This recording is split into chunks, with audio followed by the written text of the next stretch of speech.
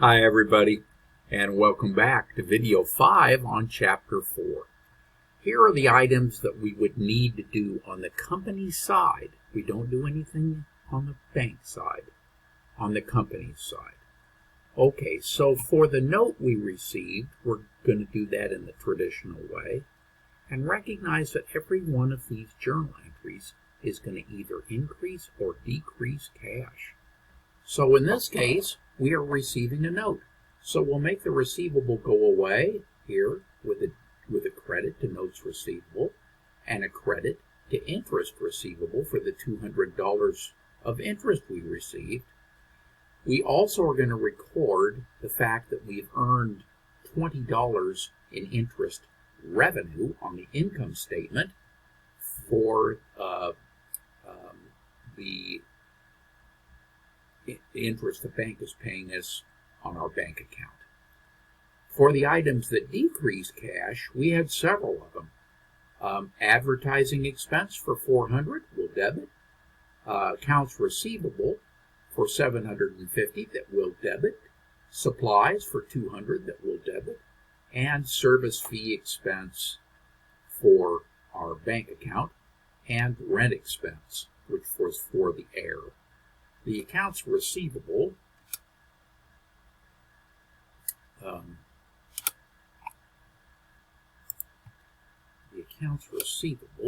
go back, was that NSF check, you'll recall, for $750. So we have to put that receivable back up, which is what we've done here. All right, now we've fixed everything and we're ready to rock. And there's the summary of the items that we've recorded on the bank side and the company side. So how would an NSF check from a customer be recorded? We're going to put that receivable right back up, and answer A is going to be the right answer. Debit accounts receivable, credit cash. You'll remember that when we got that check initially, before we put it in the bank, we debited cash and credited accounts receivable because we thought it was a good check. Now we find out it's a bad check, so we have to reverse the process. Some students try to update the cash account for deposits outstanding. Don't do that, please. Checks outstanding are the bank error. Company doesn't need to adjust those items. Those are the only 3 things that we do on the bank side. That's it. Okay, everything else will be a company side adjustment. All right, employee purchases. Here we have a petty cash fund. And what we do, we keep a small amount of cash on hand for minor purchases. Here, we establish the fund, we recognize expenditures from the fund, and then eventually we replenish the fund. And then we'll talk about company-issued debit and credit cards, which we normally are going to find in the bank reconciliation. But we also want to make sure we account for our credit cards if we have credit cards, and we usually do. I usually issue some credit cards to my maintenance people so they can trot over to Home Depot and buy things for the plant.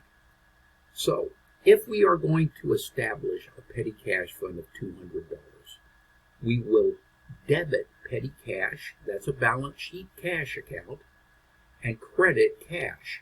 That takes it out of our checking account. Okay, this is the only time you're going to touch petty cash fund is when I either establish the fund or adjust the fund up or down or eliminate the fund. Otherwise, we're always going to make our replenishing efforts from our normal checking account. So here's a bunch of employee purchases. We had a lunch, delivery charges, some other expenses. And so we're going to record all those in a journal entry. And in a couple of cases here, we're going to, instead of cash, we're going to have some accounts payable. And that will recognize those employees' expenditures. But notice that we are crediting cash here. We're not crediting petty cash. All right, statement of cash flows. Here, we're going to look at how we spend our cash in 3 specific areas. And the balance sheet is going to be a snapshot in time. But the statement of cash flow is only going to cover cash. And it's broken into those 3 components: operating activities, investing activities, financing activities.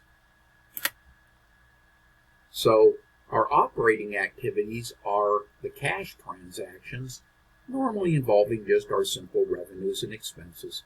That's 90% of the transactions are going to be up there. They're the normal business expenses that we have. Investing activities may be a little bit confusing to you, but all it is, we're investing essentially in ourselves.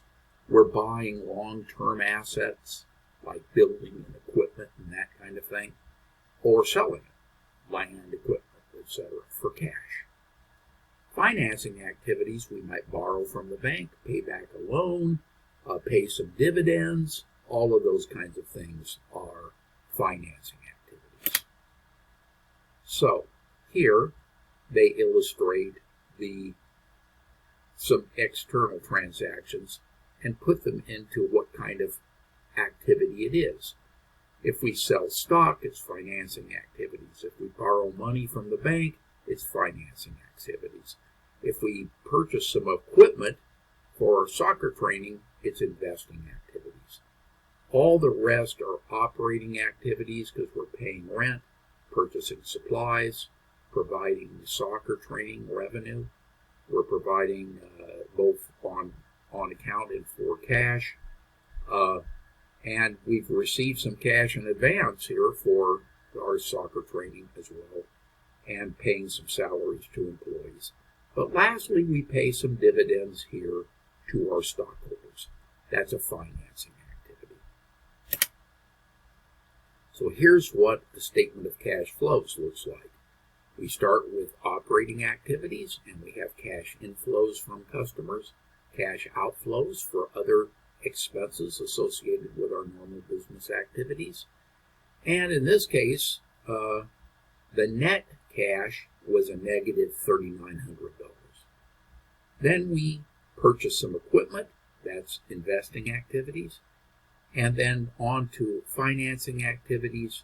We issued some common stock, we borrowed some money from the bank, and we paid some dividends. So we started with our beginning cash balance, which in this case was 0 because we just started at the beginning of the year. We added the net increase in cash of $6,900. So the cash at the end of the period was $6,900. And I should be able to trace that $6,900 back to the balance sheet under the cash account.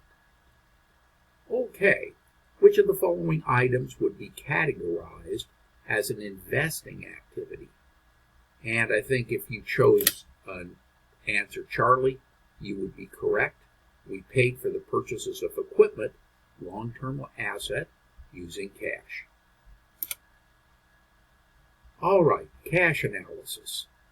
And here, what we're going to do is demonstrate that there's a link between the cash that we report in the balance sheet and the cash that we report in the statement of cash flows. So here, we have our balance sheet for Regal and Signmark Holdings, and we look and see what the net cash flows are for operating, investing, and financing activities. We have an additional one there for Signmark called foreign currency effects. And then we have our cash and cash equivalents and our non-cash assets. So that's a ratio of our cash and cash equivalents to our non-cash assets. Okay, everybody understand that? Good. All right, which of the following statements is true? Having too much cash represents idle resources that are not being used to produce revenues. That sounds true. One way to assess cash holdings is to compare cash assets to non-cash assets. That sounds like it might be true. In recent years, cash holdings have increased tremendously. Well, all of those are true. Okay, and that ends our fifth video and the end of chapter 4. Hopefully that was helpful in understanding the subject matter content.